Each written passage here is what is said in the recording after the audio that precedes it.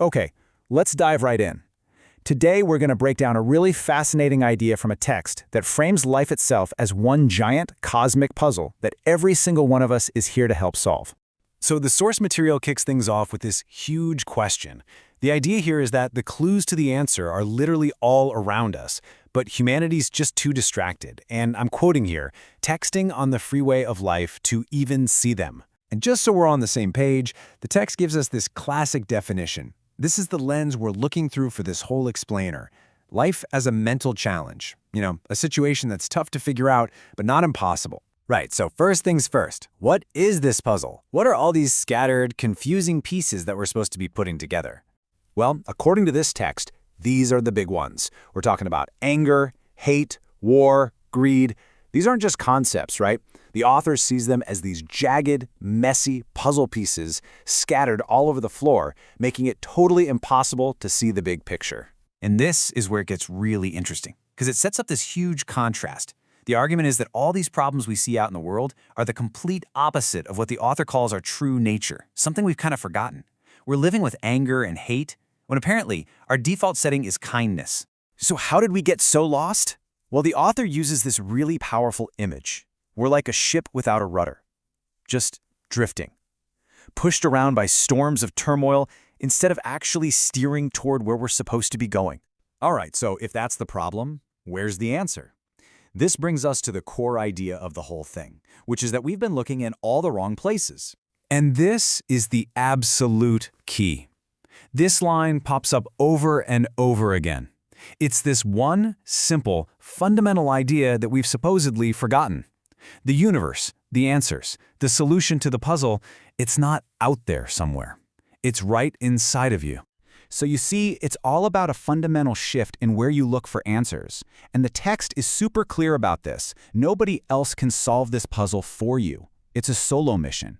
You've got it, and I'm quoting again, use your inner shovel to mine the gold within. Now, to kind of drive this point home, the source turns to science and throws out this one, frankly, mind-blowing number. And there it is. That's the percentage of an atom that is pure, empty space. I mean, just think about that.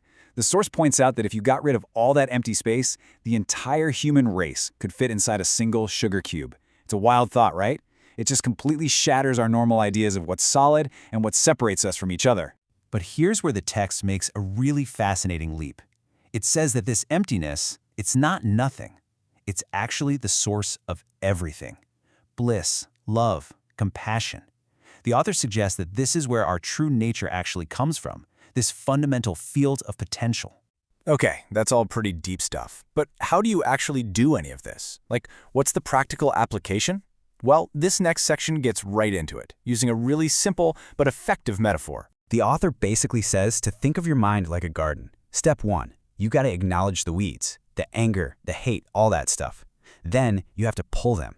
Not all at once, but moment by moment with awareness. And you can't just leave the soil bare. You have to actively plant new seeds, kindness, love, compassion, and then water them every single day.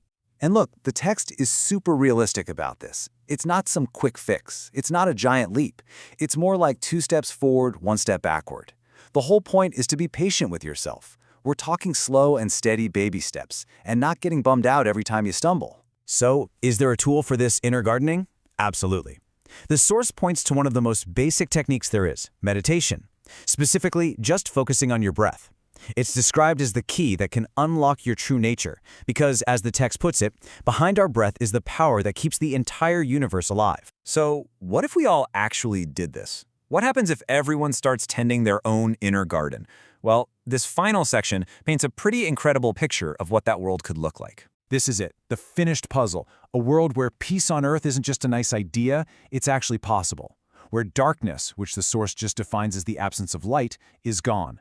Kindness becomes the new normal, and humanity finally shifts from being a destructive force to a creative one. And the author doesn't just keep this abstract. To give a real-world example of the problem, the text points to the actions and rhetoric of a past U.S. political administration.